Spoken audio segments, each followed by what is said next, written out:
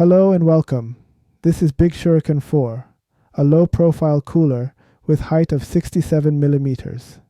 The price was a bit steep for what it is. It cost me 93 Canadian rubles with tax and everything included. A cooler of this design and caliber costs $60 generally in my experience. Scythe is a well-known brand when it comes to CPU coolers, and they are a Japanese company. They are especially known for low-profile coolers. Their coolers generally don't disappoint, but we will see. The box has two items, the cooler itself and a smaller box containing mounting mechanisms. The cooler feels pretty heavy, and its quality seems pretty decent. To be honest, however, the quality of the cooler doesn't seem to stand out compared to others coolers of similar design, like ID Cooling IS67.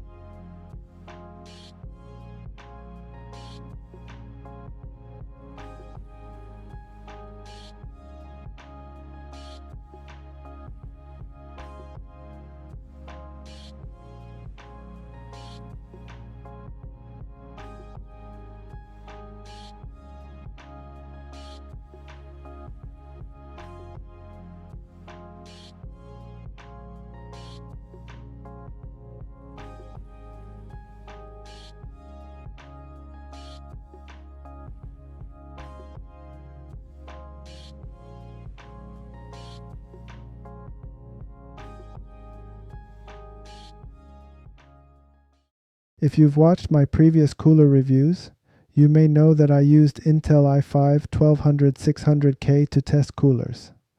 That was an Intel's 12th gen CPU and was pretty outdated in 2025. Therefore, I've upgraded my testing setup.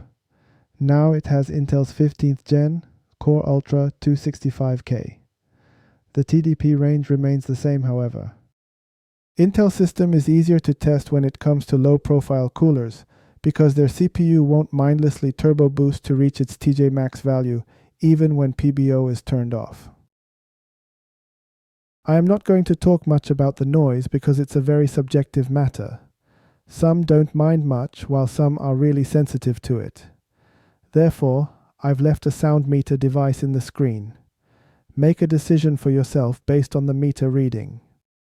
After leaving the CPU stress test for about 10 minutes, the result I got was 70 degrees Celsius with ambient temperature of 23 degrees. This is considered extremely good based on my previous experience.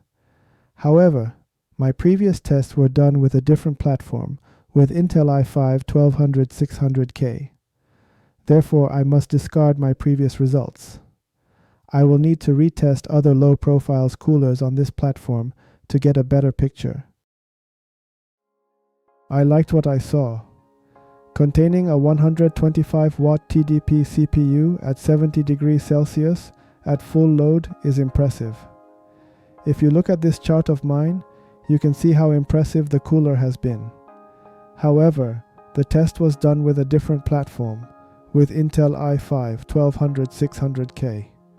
Therefore, I can no longer compare it with today's result. I will post another video in near future with retest of some of the coolers, especially those that are in the same class as Big Shuriken 4. I no longer have Aerocool AN600 unfortunately, but IS67 and ANP120 will be retested on this platform. Another aspect to consider is that this test was done in cold autumn time. The chart was made in summertime.